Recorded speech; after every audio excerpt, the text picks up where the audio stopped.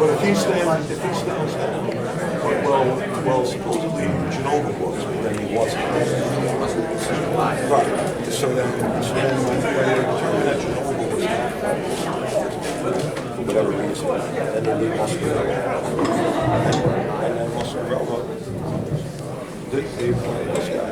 Now this guy, Moscarella was on every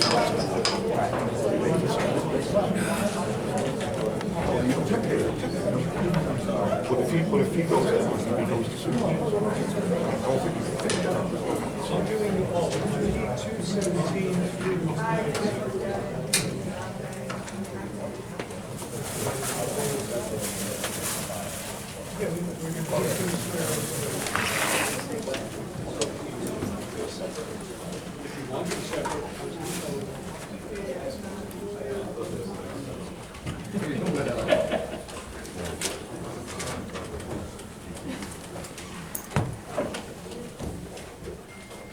Okay, everyone ready? Ladies and gentlemen, welcome to the Town of Oyster Bay Town Board meeting for February 14th, 2017, and a happy Valentine's Day to all. Will the town clerk hold the board? Yes. Supervisor Saladino. Present. Councilman Muscarella. Yeah. Councilman McAdoo. Here. Councilman Cashingano. Here. Councilman Pinto. Here. Councilwoman Lesser. Good morning. Councilwoman Johnson. May I have a motion to open our town board meeting? Make a motion to open the meeting. Second. All in favor? Aye. Ladies and gentlemen, as you know, February is Black History Month. Because of the contributions that so many African Americans have made here in the town of Oyster Bay over its long history and throughout the state of New York, it's only appropriate to recognize a wonderful man, a leader in the community, to lead us in prayer. So for that purpose, I ask to the podium Reverend Kent Edmondson of the Mount Olive Baptist Church in Oyster Bay. Reverend Edmondson, would you please come?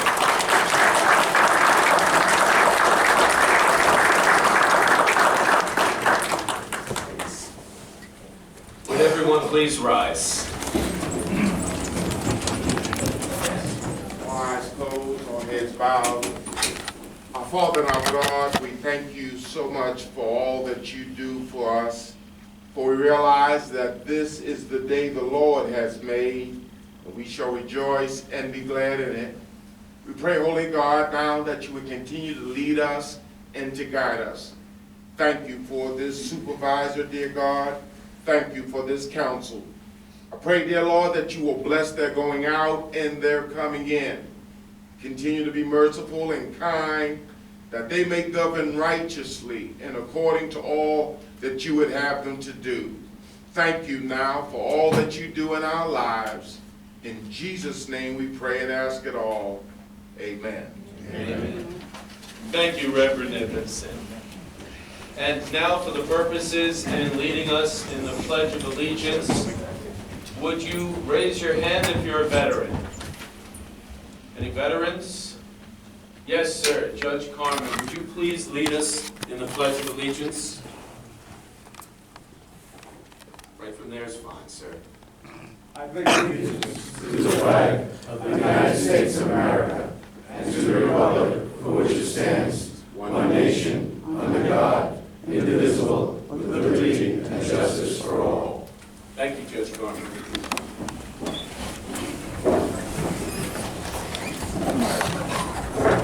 Thank you for joining us at this Valentine's meeting. I'm sure it will be filled with love and admiration as we move forward to the dawn of a new day in the town of Oyster Bay. The town clerk will now call the town of Oyster Bay calendar for February 14th, 2017. Supervisor, I'm going to break up the personnel for 2-17 through 3-17 in the conclusion of personnel matter. So may I have a motion to adopt resolution number P 2-17 through 3-17? So moved. Second. Motion made by Councilman Muscarella, seconded by Councilman McEnroe. You have speakers, Supervisor, on 217 and 317. And they will be right up on top. Thank you. Our first speaker on this item is Robert Fryer of Chestnut Lane in Woodbury. Mr. Fryer, I just advise you, as well as everyone in the room, that we have some new rules in the town of Oyster Bay. Some of these rules were adopted as the rules of decorum for the town of Oyster Bay. On these resolutions, each public speaker will be allowed 5 minutes. If you're speaking on one resolution, it's a 3-minute time limit. If you're speaking on 2 resolutions, there is 2 resolutions is a 6-minute time limit, and 3 or more is a 10-minute time limit. As has been the case in the state of New York, where I have represented for almost 14 years, public comment in a hearing is specifically for the purpose of the board getting input, positive suggestions to affect town government in a positive way that brings us to a conclusion in a statesman-like way. And that's how we'll be conducting ourselves in this room. So, Mr. Fryer, please go ahead. This is just on the personnel issue. Call me up. I have other ones. So, okay. On the personnel issue, it's resolutions. It says related to various departments within the town of Oyster Bay. And in the backup that was posted online, it really it doesn't refer to any particular personnel.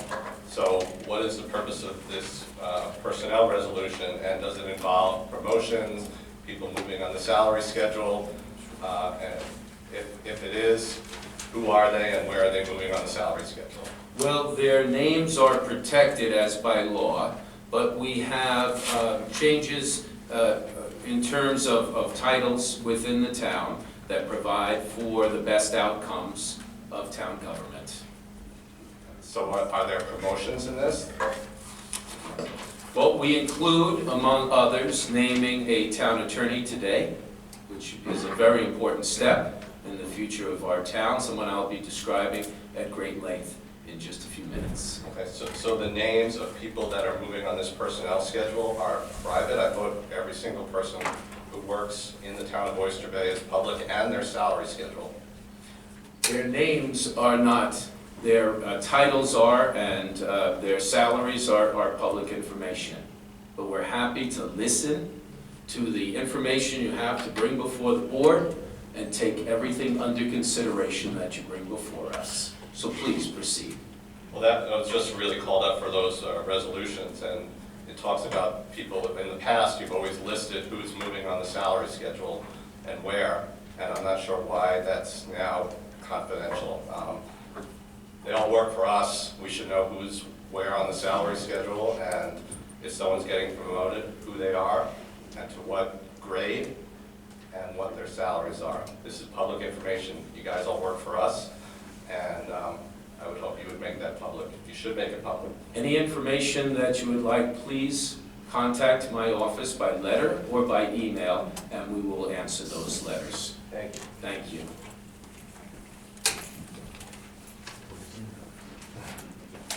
Our next speaker is Stephen Myers of Colony Lane in Syosset. No. We haven't called our resolution. Oh, I apologize. That is. Okay, Mr. Robert Ripp of Massapequa.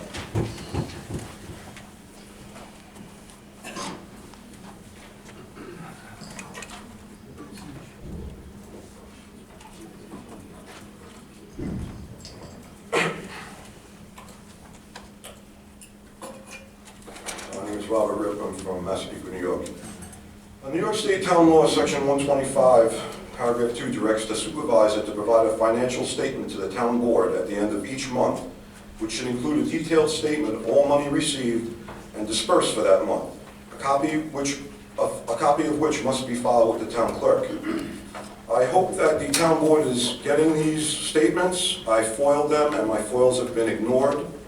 I just want to bring it to your attention that they should be on file right across the hall at the clerk's office. And I think that you really need to use those before you vote on anything. I'd like to start with resolution number 93. Mr. Rip, this is just personnel right now. We haven't gotten to the other resolutions. Oh, I apologize. I don't believe I signed up for personnel. As a matter of fact, I'm sure that I didn't. Okay, so, Thank you. thank you. Please keep in mind the information in regards to the state law that requires you to file that financial report every month. Thank you. That's all for personnel, Supervisor. Okay. So I just want to grab my water. I apologize. Yes, please call, the town clerk will now call for the vote. Supervisor Saladino? Aye? Councilman Muscarella? Aye. Councilman McEnroe? I am the town attorney, abstain on the rest.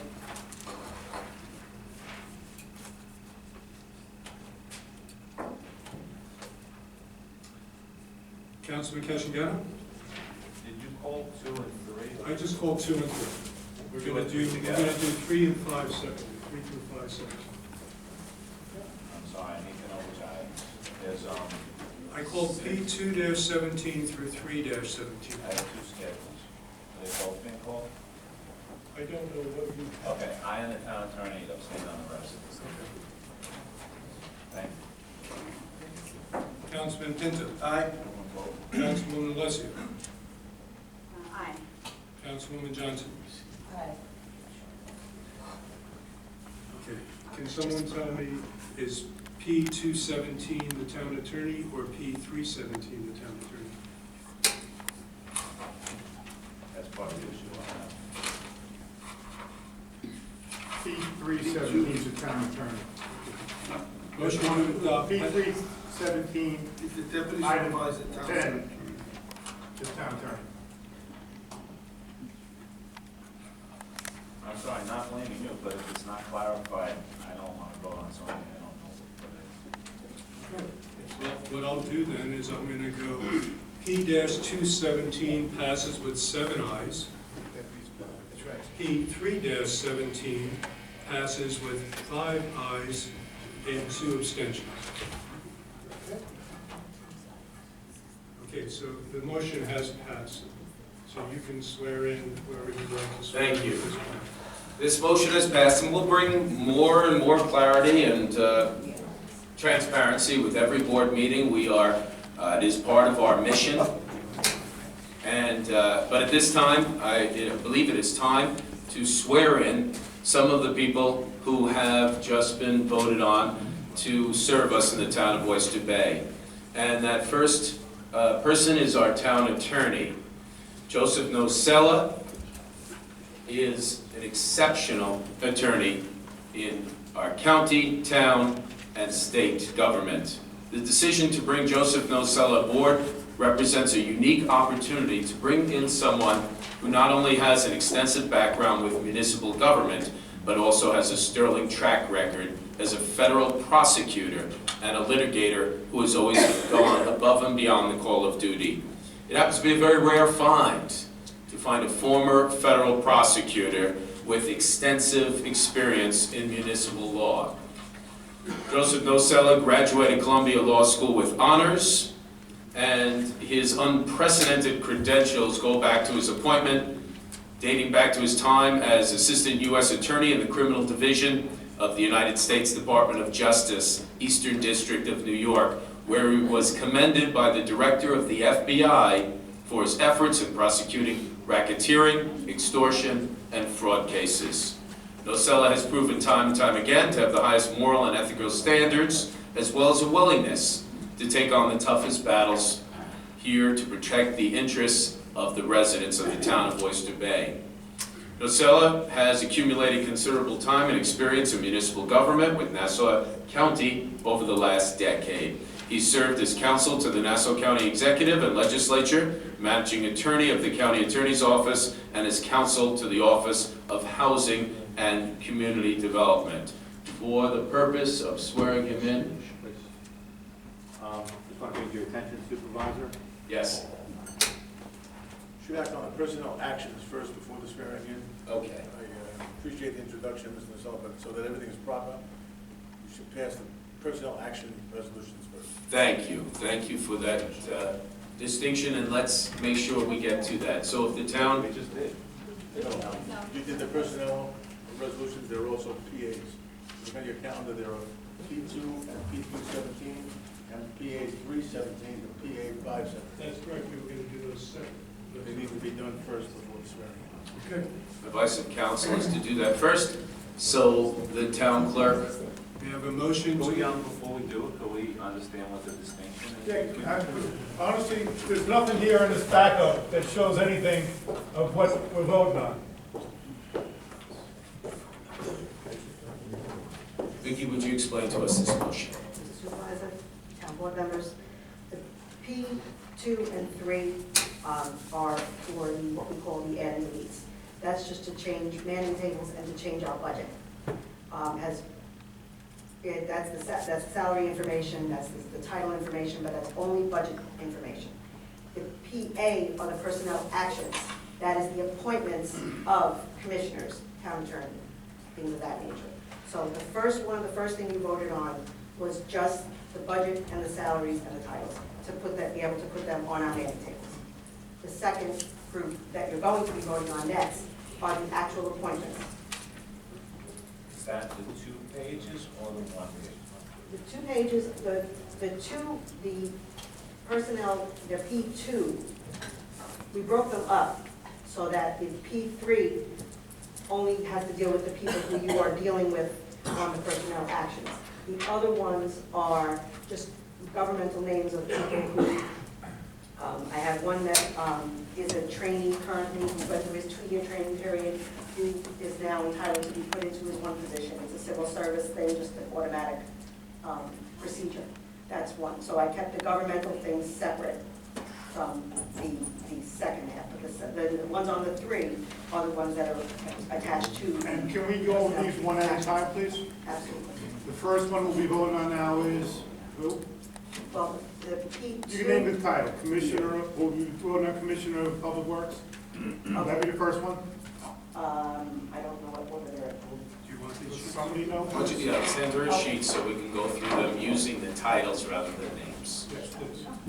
On the Ps or the PAs? The PAs. We voted on the Ps already. Voted on the Ps, right, yeah. Anybody have the PA? And I have a sheet about Dr. Riss. Yes. Please, we've got it back up.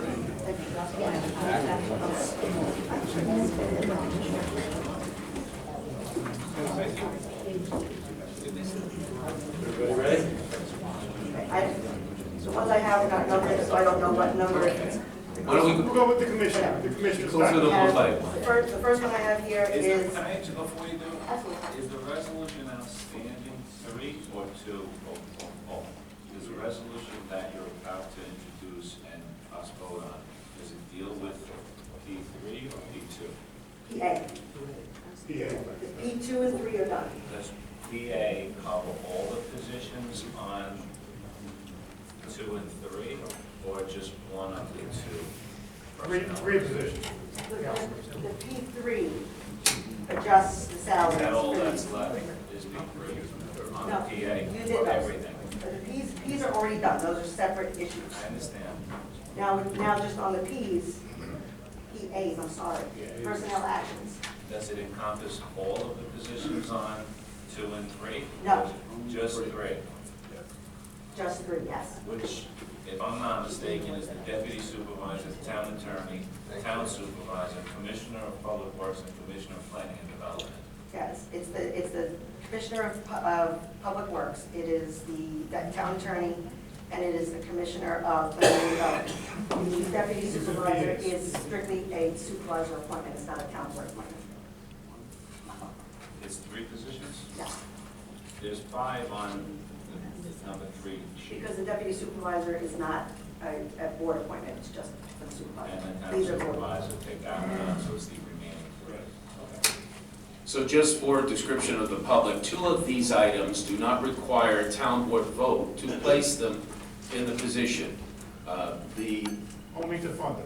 just to fund them, to create the funding slot. So that's what we're doing. One of them does require a town board vote, and that was done at the last board meeting, that was to appoint me. So now we're creating a line in the budget, which we didn't have in the immediate, previously. And the second is to create that funding line for our deputy speaker, who is appointed by me as per the town code. Deputy supervisor, is that what it said?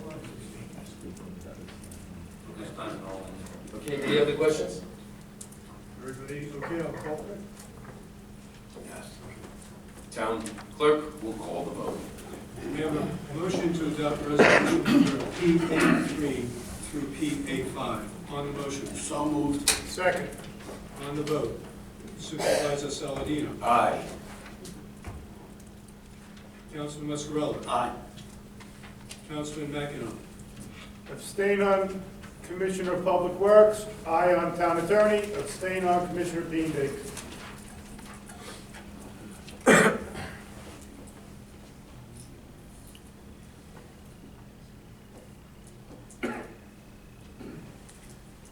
Councilman Cashingano. Aye. Councilman Pinto. Aye. Councilwoman Alessio. Aye. Councilwoman Johnson. Aye.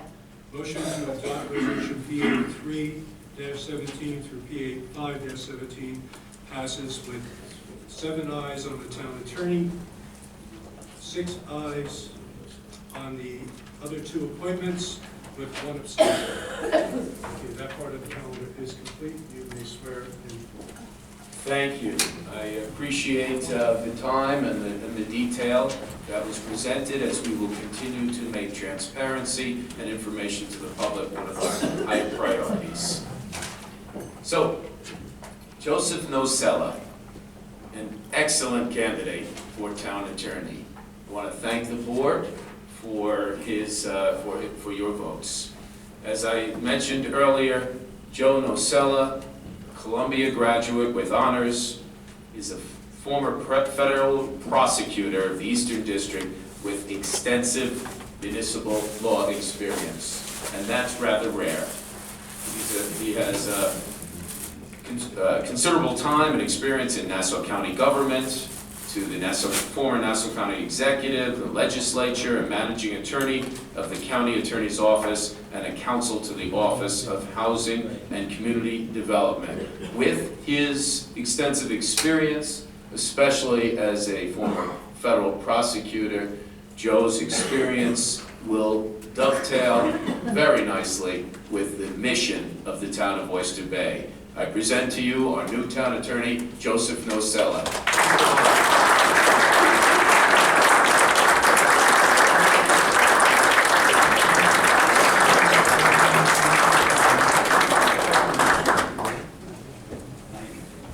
I'll ask our town clerk to hold the Bible, please.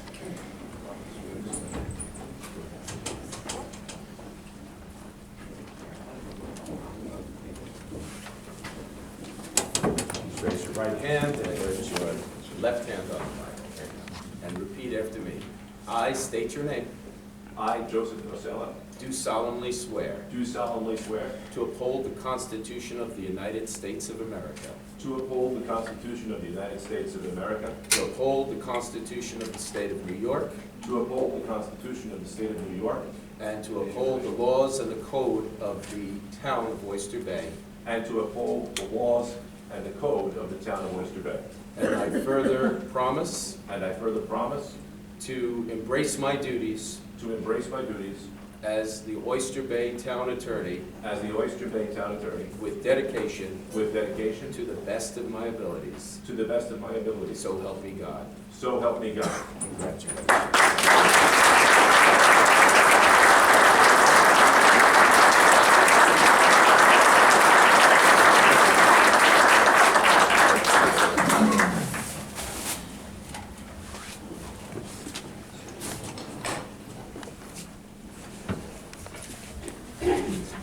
appropriate time to make mention that we will be rolling out quite a bit of new information on town policy, on ethics. We will also be introducing in the coming days, along with our new town attorney, the fact that we are creating a new ethics board in the town of Oyster Bay. There have been interviews with the applicants for this independent new ethics board, and at the end of this month, we will be holding a seminar with council and other appropriate personnel to make sure that our ethics board is the best of the best, and that our employees of this town are adhering to all of the recommendations, the laws, and the rules concerning ethics in the town of Oyster Bay. So welcome aboard, Joe Nocella. Our deputy supervisor, Gregory Carmen Jr. I've known Gregory Carmen for many, many years. He is a fine attorney and a partner with the Farmingdale law firm of Carmen, Callahan, and Ingham since 1995. Previously to that, he has been extremely active in community service in the Farmingdale community. Greg graduated from the University of Arizona with a degree in information management, a business degree in computer science, and then earned his law degree from St. John's University, the law school that created fine attorneys like Hugh Carey, Mario Cuomo, and many other prominent attorneys. Greg is married with 2 children and resides in Farmingdale, and hails from a family with a distinguished history of public service. I recognized Justice Gregory Carmen earlier, an incredible man who sat on this town board and has served our nation in a way second to none, and has taught his family what it means to serve the public. Greg Carmen has previously served as the Farmingdale Village Attorney and has long been active in the community. He currently serves as chairman of the Board of Trustees for the Hagedorn Little Village School, the Jack Joel Center for Special Children, which provides educational, therapeutic opportunities and programs for infants, preschool, and elementary school children with a wide range of developmental delays and disabilities. And quite frankly, it's one of the finest facilities of its type anywhere in the nation. We're very proud to have that facility here in the town of Oyster Bay, and we're very proud of the success that that organization had due to the leaders and administrators running that fine organization.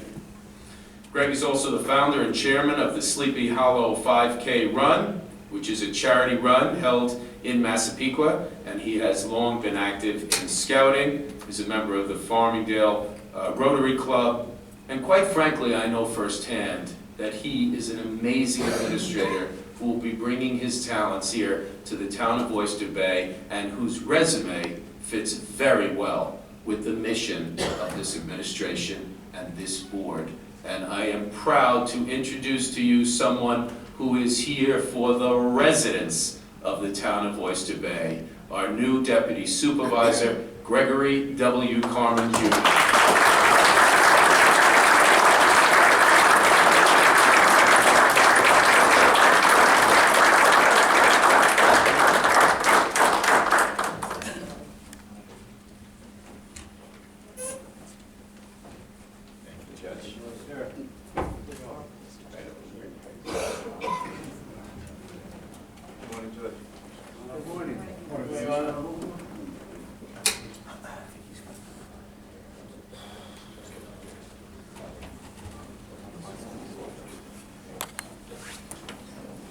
Please raise your right hand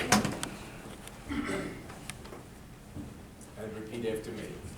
I, Gregory W. Carmen Jr., I, Gregory W. Carmen Jr., do solemnly swear do solemnly swear to uphold the Constitution of the United States of America, to uphold the Constitution of the United States of America, the Constitution of the State of New York, the Constitution of the State of New York, the bylaws, rules, regulations, and the code of the town of Oyster Bay, the bylaws, the rules, and the code of the town of Oyster Bay, and to fulfill the duties and to fulfill the duties of Deputy Supervisor and to fulfill the duties of Deputy Supervisor with dedication with dedication to the best of my abilities. to the best of my ability. So help me God. So help me God. Congratulations.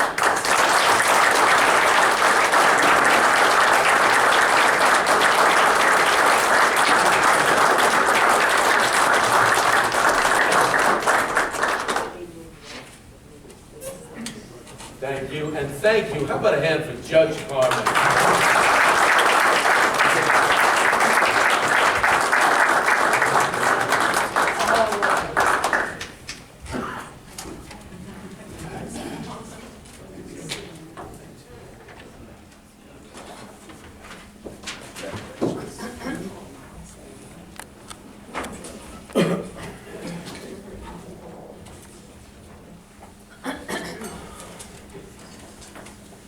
The next swearing-in will be to appoint our Commissioner of the Department of Planning and Development.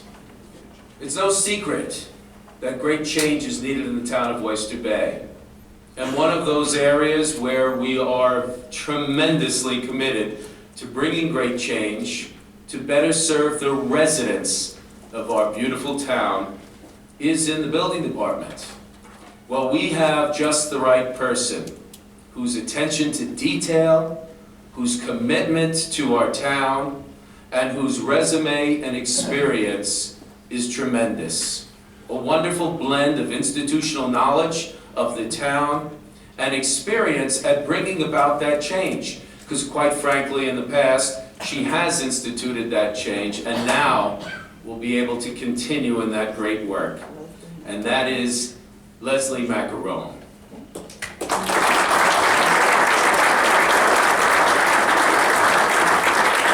Better known as Leslie to her colleagues and friends, first came to work for the town of Oyster Bay in 1989. After a brief hiatus, she returned to work in the town in '91 and has been here serving us ever since. Leslie has spent the vast majority of her career here with the town's Planning and Development Department.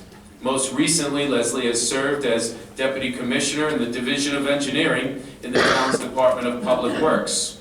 She's been involved in every stage of the numerous high-profile projects for our town over the years.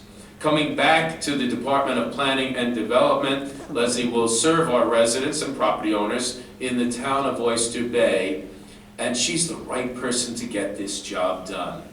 The changes you will see in this department will be remarkable and unprecedented because of our board's commitment, because of our commitment of the workforce, and certainly because of the talents of Commissioner Leslie Macarone. Come on up, Commissioner.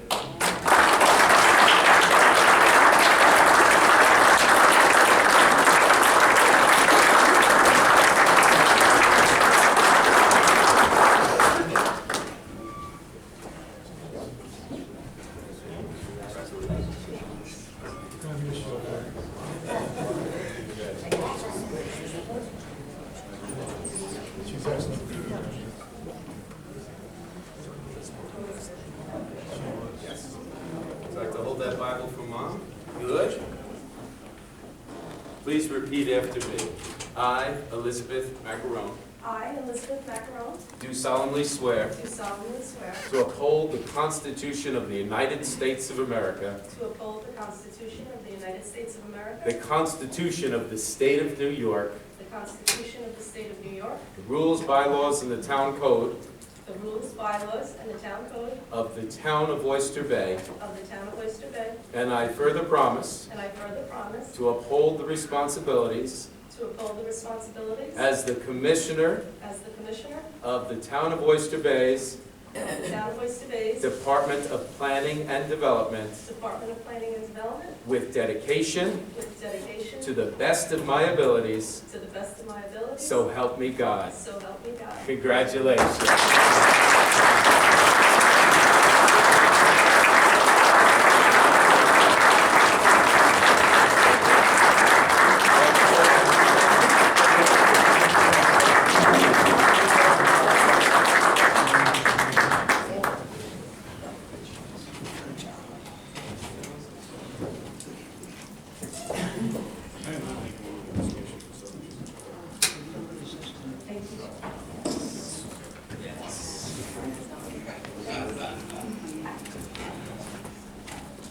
It's a very exciting time in the town of Oyster Bay, and you too will be excited as our residents, seeing the tremendous changes to come. Leslie's resume and her resolve clearly fits the mission of changing our town for the better. But it's also important to recognize that she works with some very high-quality people. And I would like to recognize a young man who is extremely talented, who has been serving as the acting commissioner and has been working very hard at a difficult job. And I ask to recognize, he's not in the room because he's at work right now, and that's Tim Zyke. I'd like us all to thank him.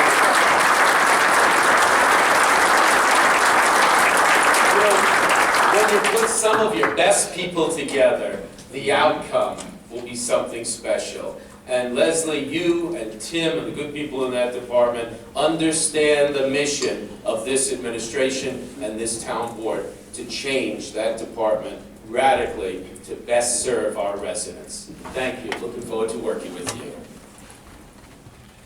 And for our final swearing in today, I have the privilege of speaking about a man whose experience in this particular field is rather lengthy and amazing. Richard Lenz brings decades of municipal experience to his appointment as Commissioner of the town's Department of Public Works, a post he once held from 2005 to 2007 with some rather fantastic results. Before that, Rich Lenz also served as Deputy Commissioner for the Engineering Division of the Department of Public Works. He recently has served as the Long Island Regional Vice President of the Society of Professional Engineers, representing Nassau and Suffolk counties, and at the state level, he has looked out for our best interests to help maintain Long Island's suburban quality of life. But that's not all Rich Lenz is. He's worked in Nassau County Department of Public Works. He has an extensive experience in the private sector that he brings back to the town of Oyster Bay. We currently are making Rich Lenz the Commissioner of Public Works, but there will be some exciting news because his responsibilities will be growing well beyond Public Works as you see the rebuild of the town of Oyster Bay. We here in town government are very pleased to be bringing in such an experienced and high-level professional to suit the needs of our great town. So, ladies and gentlemen, without further ado, I present to you Richard Lenz.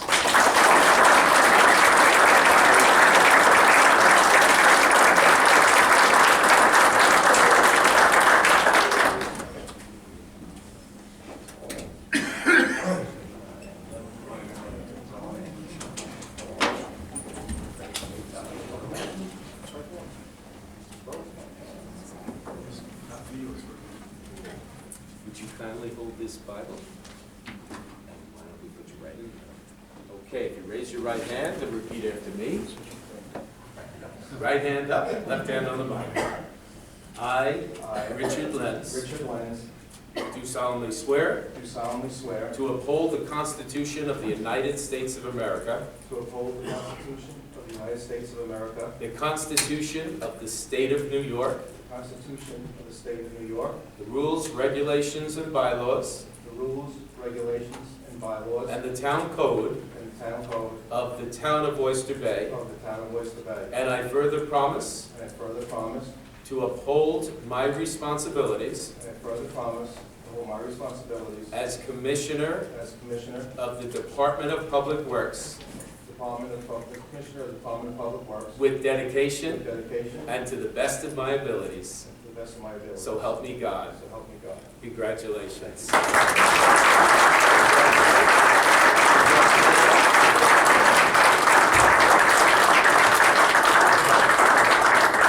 you like to fall? Oh, sure, I'm sorry. Absolutely.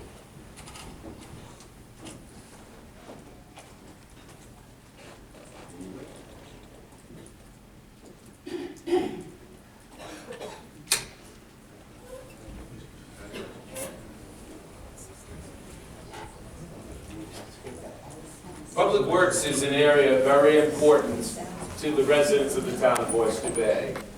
And if anyone wonders just how important it is, one only has to look at this previous week and the snowstorms and the hard work it took to bring our workforce together to clean up that storm in a way that I believe was the best of any municipality. So we have had some exceptional people holding down the fort down in Syosset, in our workforce and our administration of that workforce. And I want to recognize one of the administrators there, who today is representing the rest of the administrators there, and that's John Bishop, who's done a phenomenal job with the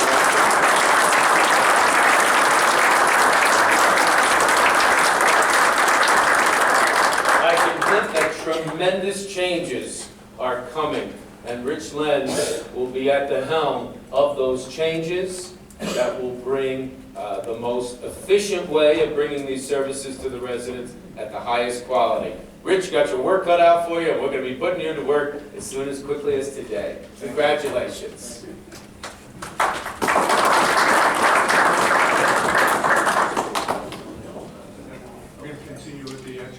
Yes, the town clerk will call the action calendar for today. Okay, may I have a motion to adopt resolution number TF 2-17 on the motion?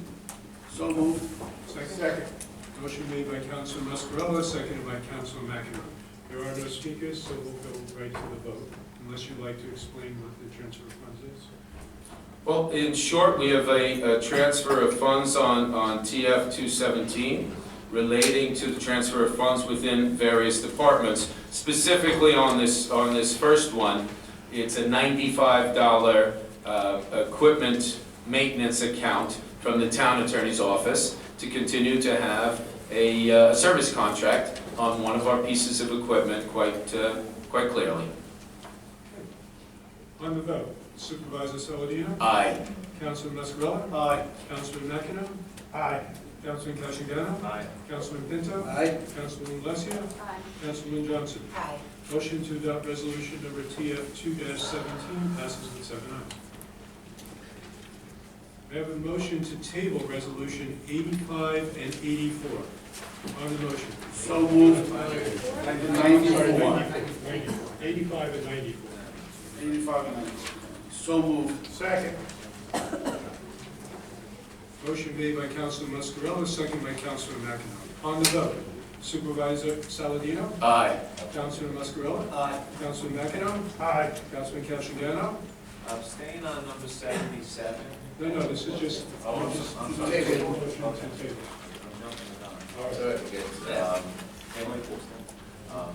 Aye.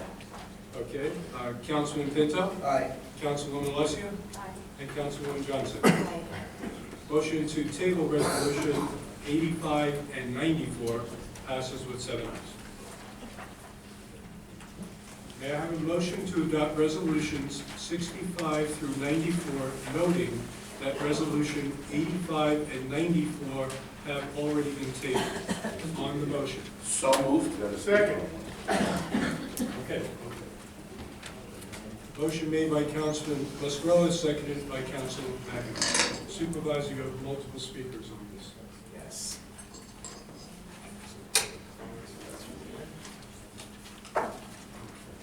On the resolutions, our first speaker will be Larry Sklar of Jericho. Come on up. How you doing today, Larry? Morning, Supervisor. I don't know, something happened strange here, because I have to tell you something. I only have 50% hearing. And it's the first time in 5 years I can hear everybody here very clear. So thank you for fixing the We system. want to make sure that Hey, every resident Next thing is hears gonna be the us. clock. Clock at the right time? I'm keeping time right up here. My question is on 92. You're asking for a change of the code of increasing or decreasing the speed limit to 45 miles in certain locations. And these papers doesn't tell you anything, which I'm hoping that it can become more thorough.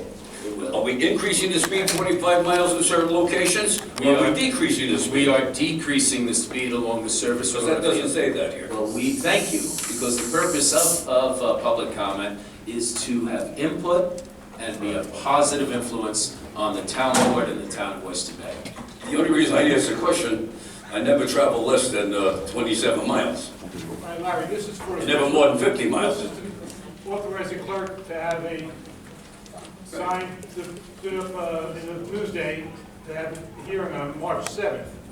Good, yes, I said it will be published. Right. We're hoping that the locations and everything. It will. Because It will have a hearing also. Okay, good, because we were in the catch-22 when they did the cameras, and on September 12th, We you didn't do came the down cameras. South Oyster, I know, you came down South Oyster Bay Road, you got a ticket. Yeah. Because you didn't know you had cameras, you didn't know that the sign said school zoning, and then it said 25 miles, and then boom, you took your picture. Thank you You got it. for the information. Thank you, Larry. Our next speaker will be Bob Fryer from Woodbury.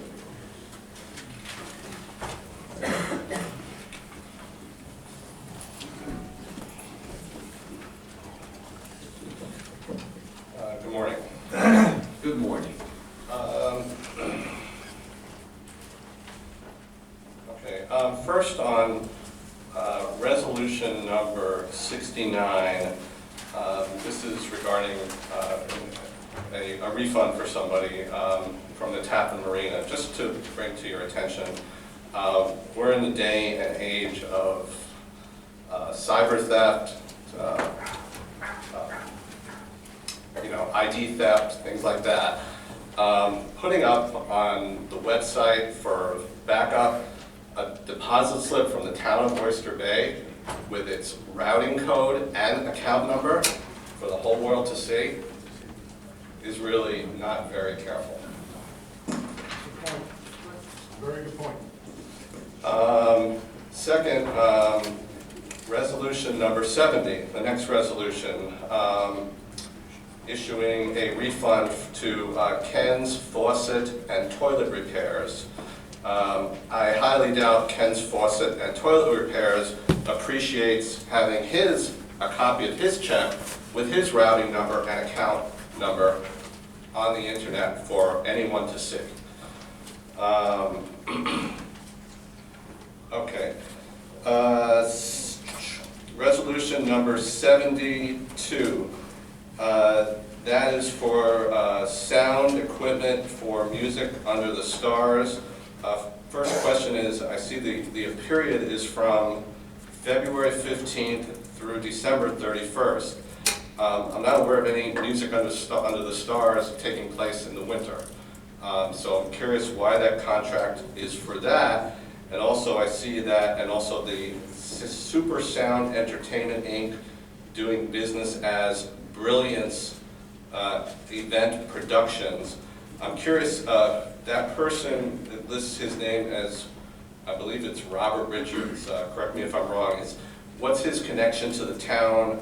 And in the backup, it said that that a few RFPs went out and he was the only person to respond.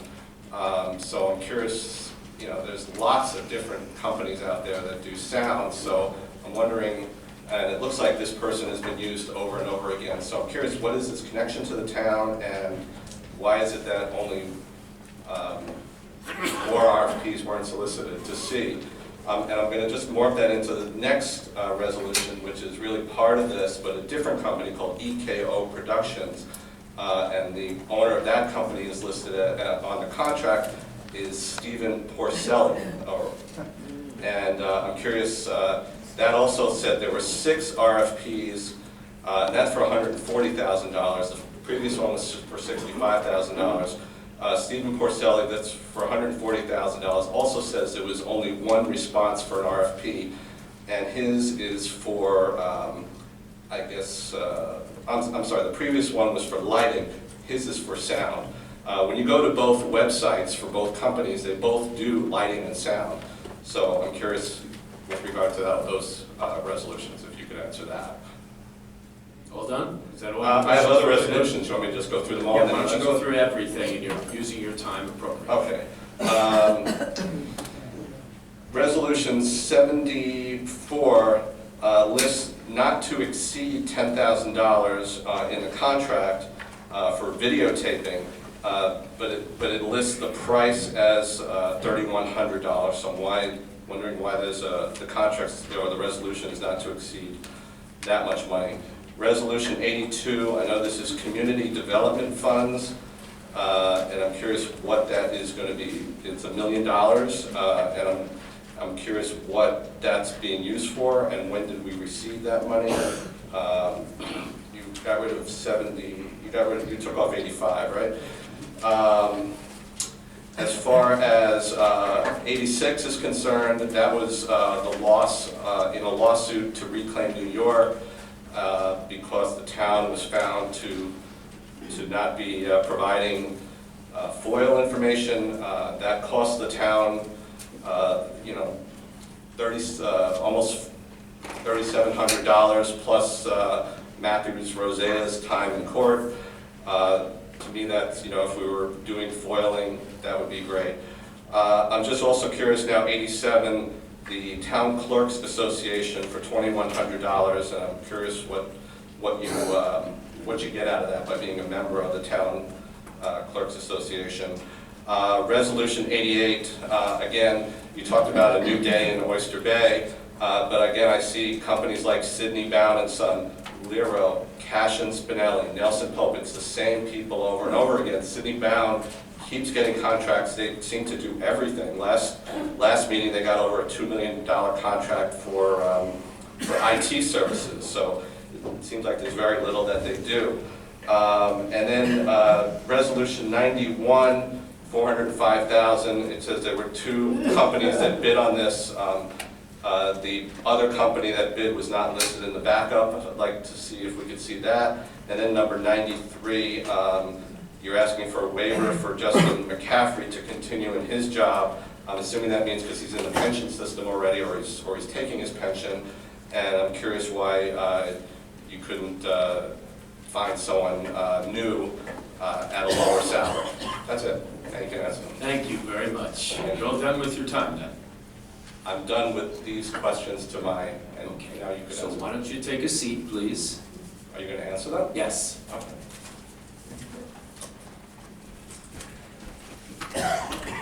First of all, I'd like to thank you for providing us with insight, providing me with information that I didn't know was occurring in terms of having someone's check information. And I'll be speaking with the appropriate division heads to ensure that we are protecting privacy. In terms of contracts, we have a brand new town attorney. Our town attorney has tremendous depth of experience as a former federal prosecutor and a tremendous experience with municipal law. And I will be giving our town attorney the directions to look at every single contract to make sure that every contract, every contractor, and every town employee is operating above board, legally and ethically. And I will point out that these contracts call for not spending above that amount. Well, ladies and gentlemen, I'm not a spender. And we'll be taking this direction, this town, in a direction of saving money at every turn. And the specific duties, among others, of our new administrators is to ensure that we are protecting our taxpayers and our residents from expenditures that are not absolutely necessary. Thank you. Our next speaker. Mr. Supervisor, you didn't answer the questions though. Well, as I instructed you in the beginning, we have a new format here in the town of Oyster Bay. Please present your questions by letter or email to my office, and I'll be working with the deputy supervisor to make sure that all residents get answers to their questions after going over what our policies are, what our town code is, and the new policies to bring about the best outcomes in our town. On the resolutions, our next speaker will be Mr. Robert Ripp of Massapequa.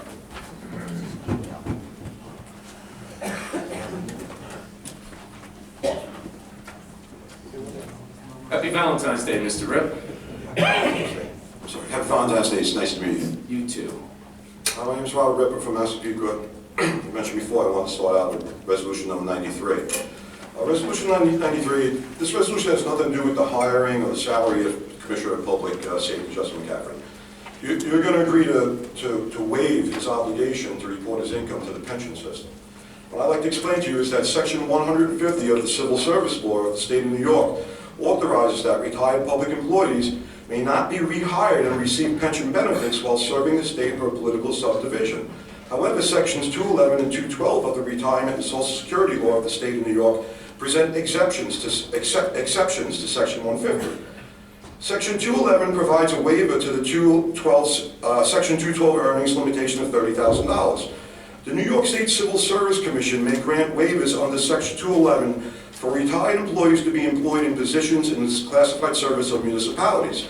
The town boards of New York State municipalities may grant waivers under Section 211 for retired employees to be employed in positions in the service of such municipality. However, certain criteria must be met in order to grant a waiver under this statute. These criteria are that the retired person is duly qualified, competent, and physically fit for the performance of the duties of the position in which he or she is to be employed and is properly certified where such certification is required, that the prospective employer has prepared a detailed recruitment plan to fill such vacancy on a permanent basis, that his or her employment is in the best interest of the government service, and that there is an urgent need for his or her services in such position as a result of an unplanned, unpredictable, and unexpected vacancy where sufficient time is not available to recruit a qualified individual, that such hiring shall be deemed as non-permanent rather than a final filling of such position, or that the prospective employer has undertaken extensive recruitment efforts to fill such vacancy, and as a result thereof has determined that there are no available non-retired persons qualified to perform the duties of such position. It is clear the intent of the law is to restrict the circumstances in which an individual can simultaneously receive both a salary and a pension from the state of New York. This is important to avoid any appearance of impropriety. Thus is it incumbent upon the New York State municipalities to ensure that requests for Section 211 waivers are limited to those cases where no other alternative, such as a hiring of a new employee or training of an existing employee, is available. Knowledgeable retired employees are tremendous assets to any agency, and you should consider ways in which these individuals can provide their expertise and experience on a voluntarily basis. However, the legal requirements must be complied with when hiring individuals who have previously retired from government employment. In order to comply with the statutory requirements before resorting to hiring a retiree pursuant to Section 211, the prospective employer must conduct a search to determine whether there are readily available for recruitment persons qualified to perform the duties of the position. In addition, the request that is submitted to the Civil Service Commission must at a minimum describe the duties of the position to be filled, set forth the qualifications required of any individual to fill that position, describe the recruitment efforts which have been undertaken, certify that the recruitment efforts failed to locate any qualified non-retired individuals to fill the position, certify that the retiree is duly qualified, competent, and physically fit to perform the duties of the position, and explain why the employment of the retiree is in the best interest of the government service, including why the position cannot be filled through the transfer or training of existing state personnel. Under Section 211 of the Retirement and Social Security Law, such approvals may be granted for periods not exceeding 2 years each, providing that such person may not return to work in the same or similar position for a period of 1 year following retirement. Requests for such waivers should be made only rarely and should be sought only for the time period that is absolutely necessary. If a request must be made to renew the employment of any individual after the completion of the 2 year period, a new application with the necessary information must be submitted, and the prospective employer must again attest that no qualified persons are available for recruitment other than the retiree. A new search should be conducted before that attestation is made. If a retiree exceeds their earning limit under Section 212 and does not receive approval under Section 211, their pension may be reduced. In the memorandum docket that was provided today, the information that's included is applicable to Justin McCaffrey only. There is nothing included to indicate or validate that no other acceptable candidates came forward or that none could be found who were not already receiving a pension from New York State. You're relying solely on the recommendations of your town's selection committee, which has been identified as consisting of Commissioner of Parks Frank Dorsorino, Commissioner of Human Resources John Canning, and Deputy Commissioner of Human Resources Vicky Spinelli. None of them, in my opinion, have the expertise or education to take any type of recommendation regarding public safety. Commissioner Nocerino is intimately involved in the Sing SRB scheme. To further attest to Frank Nocerino's character, I'd like to read to you from your $100,000 ethics expert, Stephen Leventhal's January 3rd, 2017 response to my ethics complaint on Mr. Nocerino and his unauthorized use of town property. The Board of Ethics interviewed Parks Commissioner Frank A. Nocerino concerning the subject matter of your complaint and reviewed Parks Department documents, including the request by the Columbus Lodge for the use of town equipment dated January 6, 2016. The Parks Commissioner has served in the capacity for approximately 2.5 years. Previously, he served as Deputy Parks Commissioner for 4 years. During that time, it has been the consistent practice of the town to authorize the private use of Parks Department equipment through the issuance of a permit by the Parks Department rather than by a resolution of the town board, as is the practice for town equipment. All of the items used by the Columbus Lodge at the Italian Fest and Festival held on September 25, 2016 were authorized by resolution of the town board or by permit issued by the Parks Department consistent with the town's long-standing past practice. This is your problem in a nutshell right here. What Commissioner Nocerino did with the golf carts was wrong. Mr. Nocerino was absolved of my ethics complaint not because what he did was either ethical or unethical, or in fact violated any town rules. He was absolved because what he did has simply been happening for quite some time. Whether right or wrong, it was an established pattern and procedure, and is simply because it's recognized as an established pattern and procedure, it's tolerated in the town of Oyster Bay. Just like this 211 waiver for James McCaffrey. Why would the town board need to approve anything if the Parks Department heads can lend out town property? By issuing a simple permit, written permit. In this incident, an alleged permit that I might add has never been produced and to which the town clerk certified did not exist. In my opinion, it's also an ethics violation for Mrs. Spinelli to even be employed by the town of Oyster Bay.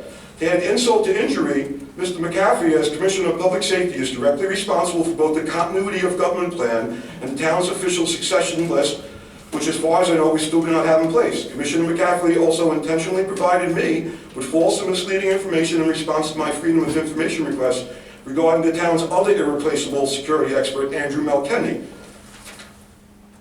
And also cooperated as a willing participant in the town clerk's, James Alpada's, failed attempt to entrap me and have me arrested on January 13, 2017. In my opinion, what's been going on here, repeatedly waiving the New York State income tax pension requirements for James McCaffrey, is both unethical and illegal.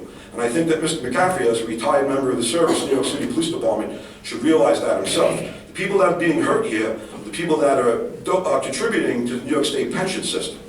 Now, I'd like to point out to you also that the backup information that you received on this, it doesn't explain anything about any of the people that were allegedly interviewed for this position, or why Mr. McCaffrey is the only expert that has to do this.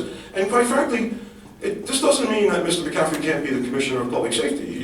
You're entitled to make him your commissioner, but he has responsibility to report his income and to pay his pension and pay his taxes correctly. And if his pension has to get reduced because he's making who knows how much money, that's so be it. And I'd like to point out to you also that I happen to have Mr. McCaffrey's financial disclosure statements here. In the backup material that was provided by your commission, they mentioned that he runs an outside company. I mean, there's no financial information in his financial disclosures to attest to how much money his outside company is making. I mean, what if his specialized training company is making $1 million a year?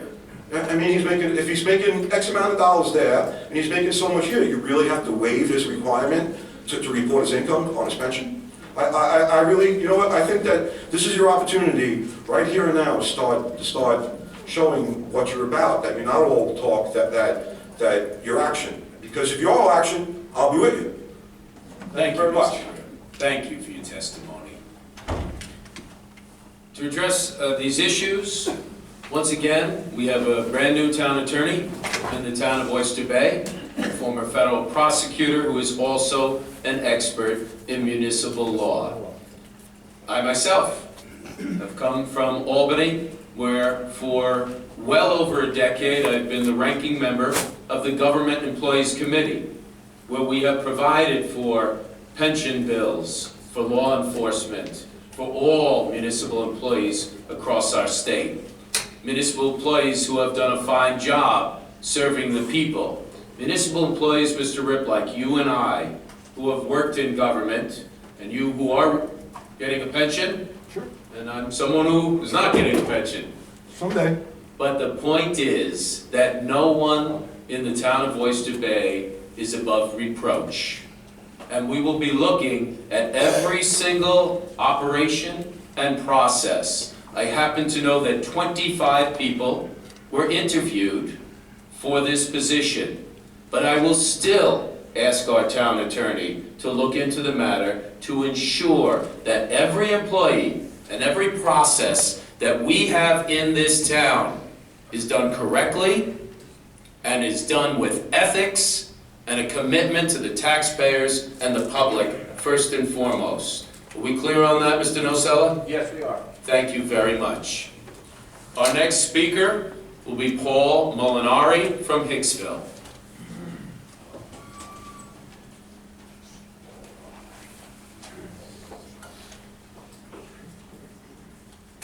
Just for clarity on the last item that we spoke of, I am assuming that our town employee, if he does have outside income, gains no outside income from the town of Oyster Bay. That's something that we do not tolerate in this state or in this town, and I present that for clarification. Mr. Molinari, how are you today? Fine. Good morning, Mr. Supervisor. Good Welcome morning. to the town of Oyster Bay. Good morning, board members. I just wanted to address the board on item number 71, which is an approval of revised site plan at 112 Duffy Avenue.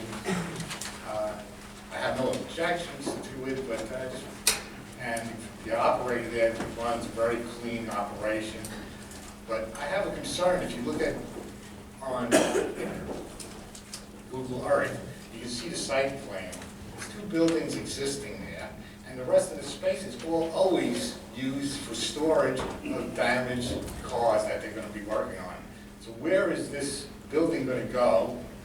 What is it going to be its purpose? And what's going to happen with all those cars? Right now, they're concealed from the, in the back from Duffy Avenue. So that was my concern about this issue. And also, I noticed, I just wanted to make one small statement, more towards public comment, but I wanted to thank the town for its prompt response yesterday. I called public safety concerning a large tree limb that was down several houses away from my house in the road blocking an intersection. A person came out within a half an hour blocking off the road, and within an hour later was a crew out there cleaning it up. So I just wanted to thank the town for its prompt response to that. As for the other issue, I really like to know how that building is going to be fitted into it, because there's no site plan in the documentation, and it was what's going to happen with all vehicles that have to be repaired that are currently being stored in that open area that cannot be seen from Duffy Avenue. Thank you. Thank you, Mr. Molinari. By the way, thank you for your compliment to the town work. I got a chance to watch firsthand and be very involved with the emergency response operations of this town over the last few days. And they've been remarkable, and I'm so happy to hear that the residents concur. We had such a historically low number of calls come in. I'm very pleased about that. But I also ask you to continue to keep us abreast of what you're seeing at that location, because working with the residents is the best way to create the best product so that everyone in this town, every business, every resident is complying, and that we're working together to better our town. And your input is appreciated, and keep it coming. Thank you.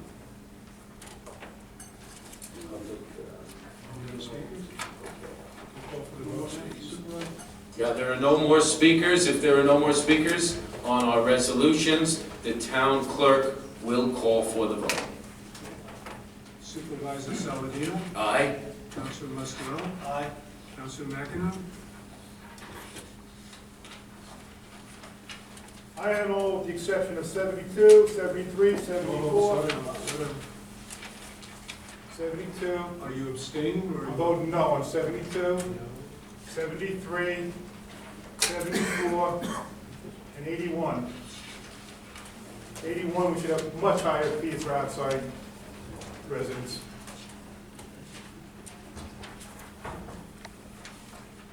Councilman Cashagano. I'm abstaining on 77, and I am Councilman Pinto. Aye. Councilwoman Leslie. Abstaining on 88 and I as to the rest.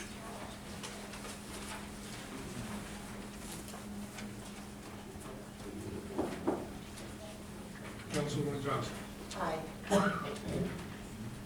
Motion to adopt resolutions 65 through 71 passes with 7 ayes.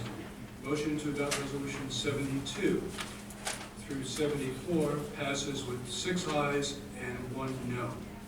Motion to adopt resolution 75 through 76 passes with 7 ayes.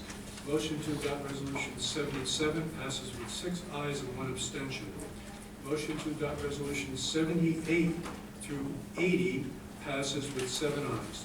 Motion to adopt resolution 81 passes with 6 ayes and 1 no. Motions to adopt resolution 82 through 84 passes with 7 ayes. 85 was tabled. Motion to adopt resolution 86 through 87 passes with 7 ayes. Motion to adopt resolution 88 passes with 6 ayes and 1 abstention. Motion to adopt resolutions 89 through 93 passes with 7 ayes. Now, Supervisor, we have suspense. So I will continue to call the calendar. Thank you. May I have a motion to suspend the rules and add resolutions number 95, 2017 through 99, 2017? On the motion. So moved. Second. Motion made by Councilman Mascarella, seconded by Councilman McEnroe.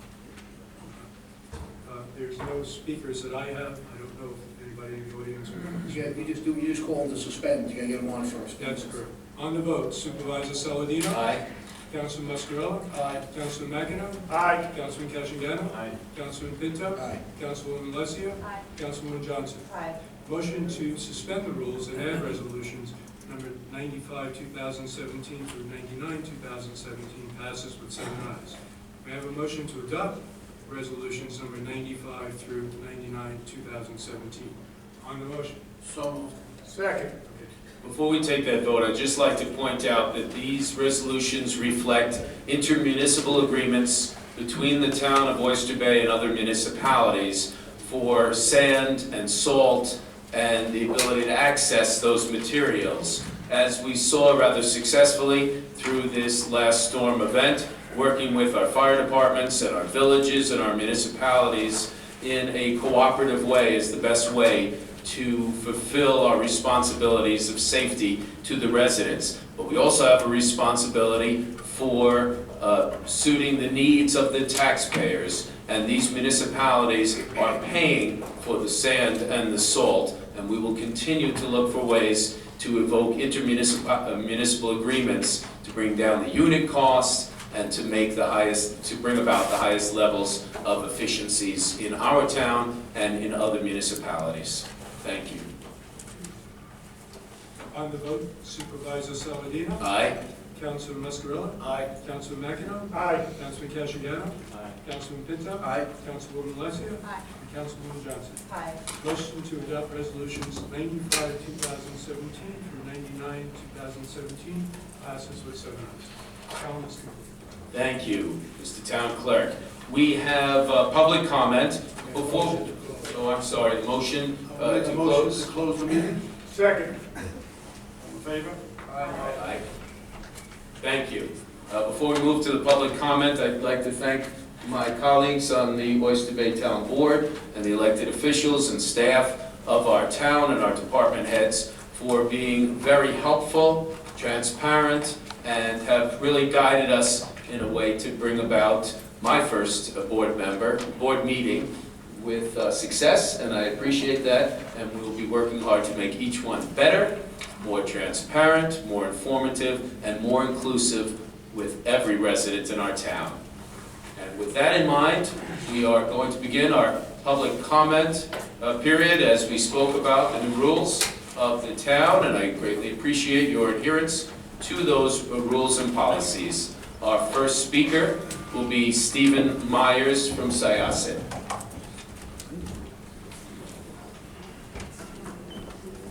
Hi, how are you? Good, how are you today? Thank you, Supervisor and Board, for the opportunity to speak today. Steve Myers, Secretary of Southwood Circle Association. Some of you might recognize me. Great to see me being a new face to some of you. As before, I'm usually here to talk about quality of life in our town, our great town. I've been here 25 years myself, just to give you some background. I'm here to talk to you about a growing problem that I've noticed.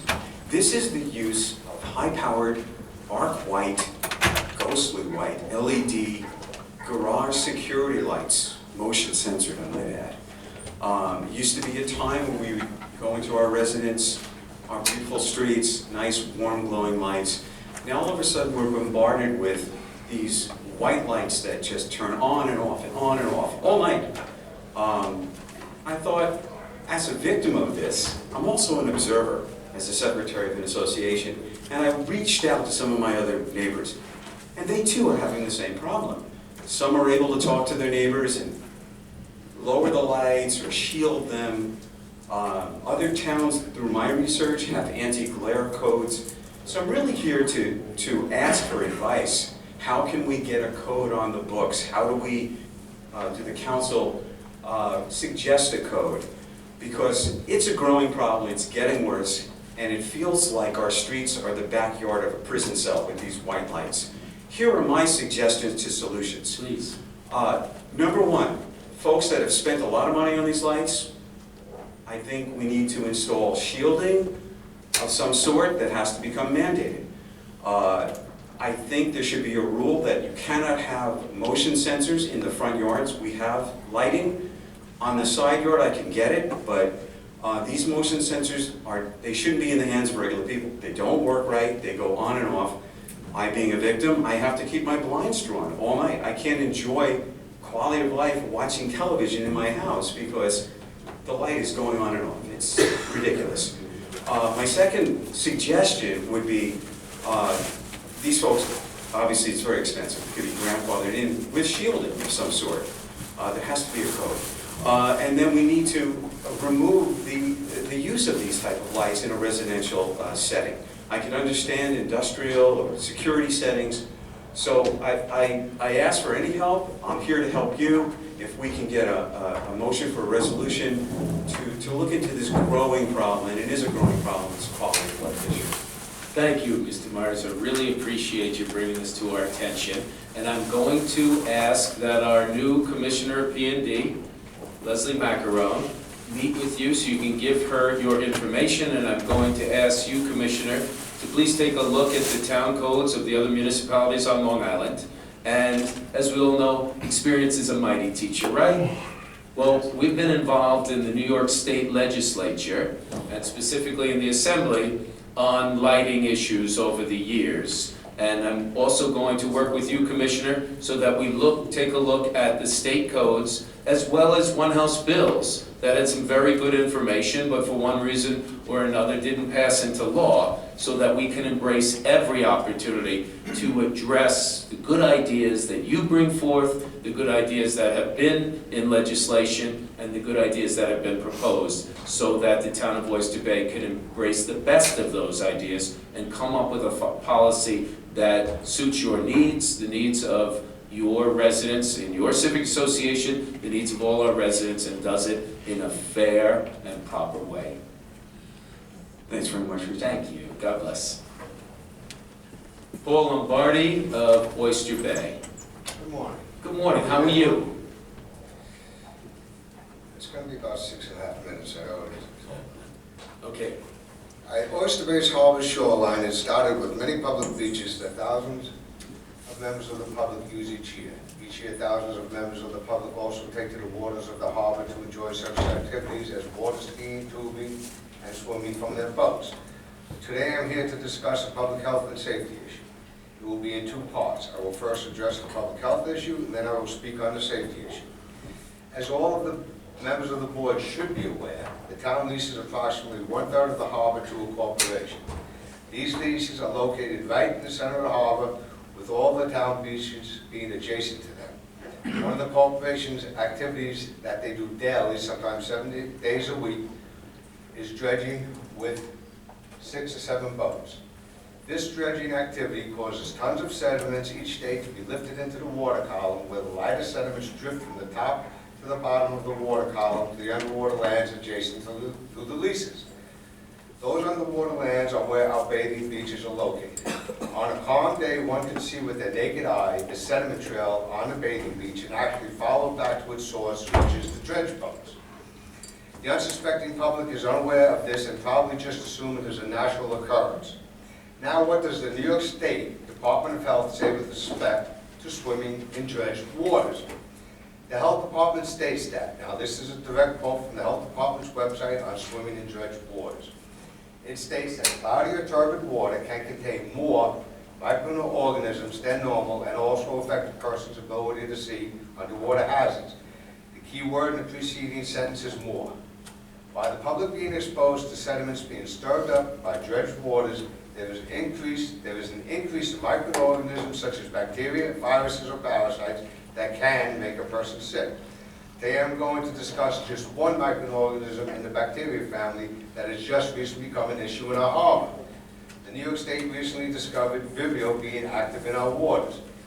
Vibrio is one of the many varieties of natural occurring bacteria found in New York State's marine waters. Warm summer weather can provide the ideal conditions for Vibrio to flourish in the water. Two ways that you can get Vibrio is by ingesting it while swimming or through an open wound.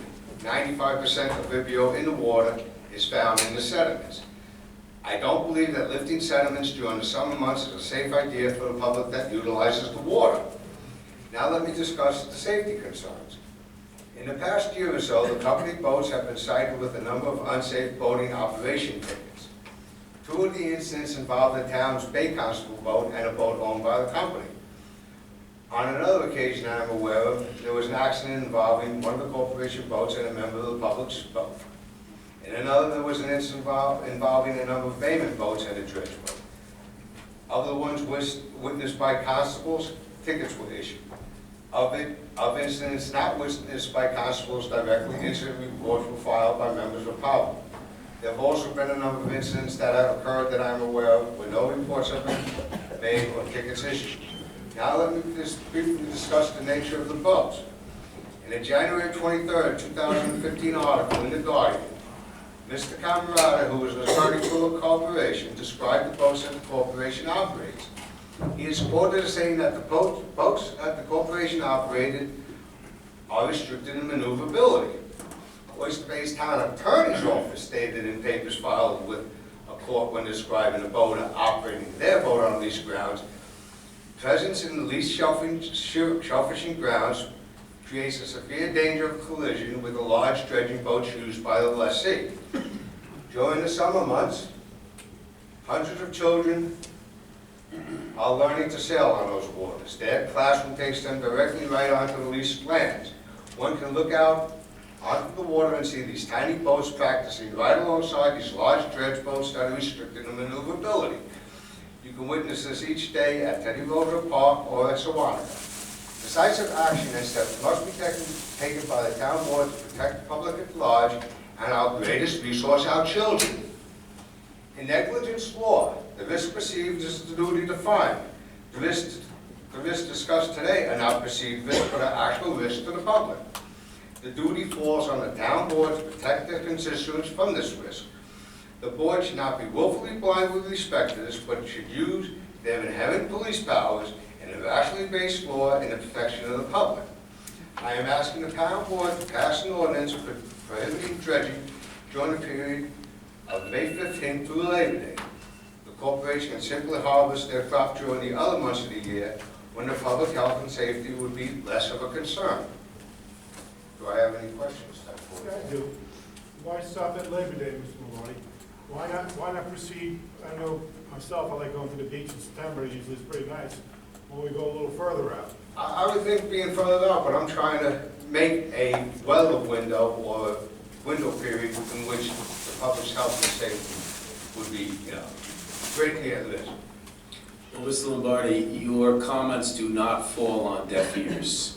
I have been informed that many of our board members and our town clerk has been involved in studying many of the issues that take place in Oyster Bay, and now your new supervisor comes to this position with over 12 years' experience as a member of the New York State Assembly Environmental Conservation Committee, where we set the law for all of these activities. So what I'm going to be doing is meeting with my colleagues on the board who have dealt with this matter before, with our department heads who have dealt with this matter. Our new supervisor and our deputy supervisor are lifelong boaters, fishermen, and marine environment enthusiasts. So you're in good luck and in good hands, because now we're going to take a long, hard look at this and adopt policies that protect bathers, that protect boaters, that protect those who recreate on the water and do business on the water.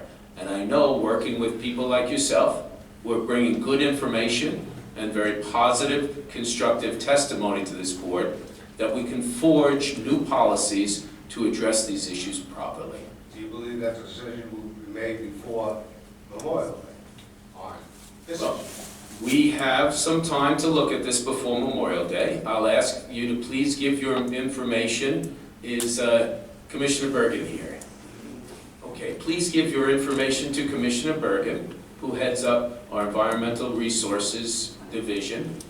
This way we can keep you involved, we can listen to more testimony, and we can find out what the best solution is to proceed. That's what I want to do. That's what the elected officials and administrators of this town want to do. Well, I'll just make one more comment. Please. Earlier you said you're studying this idea.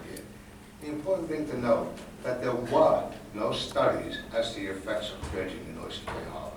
There were no dye studies, there were no current studies, there was no look to see where these sediments go. And, I had asked someone, Mr. Alpadano, a year ago, I think you were on vacation, you weren't able to actually go down to the bathing beach himself and actually see it. I don't know if you had a chance to see it.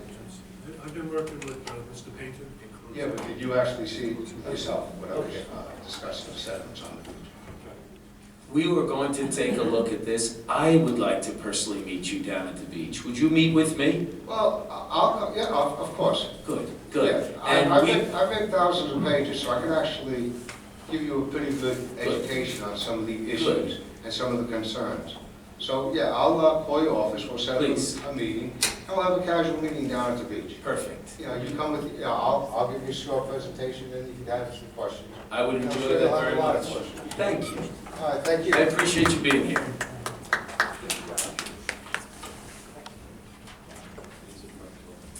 Mr. Kevin McKenna of Syosset.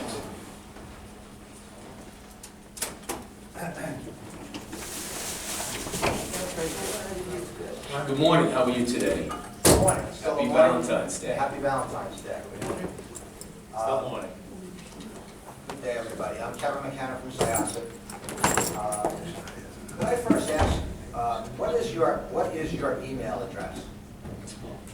Joseph Saladino at oysterbaytown.org. No, close? OysterBay-NY.gov. Okay. Did you get that? Joseph Saladino at oysterBay-NY.gov. at oysterBay-ny.gov. Because I called up, I've sent some emails in. Okay. Because after the past supervisor left, they created an email that was supervisor's office. Okay. Okay? And I actually called and they told me to use that. So I don't know whether you got the emails that I sent you. I'm going to ask my deputy supervisor to look into this and to find out those Apparently not, emails. right? You didn't get them?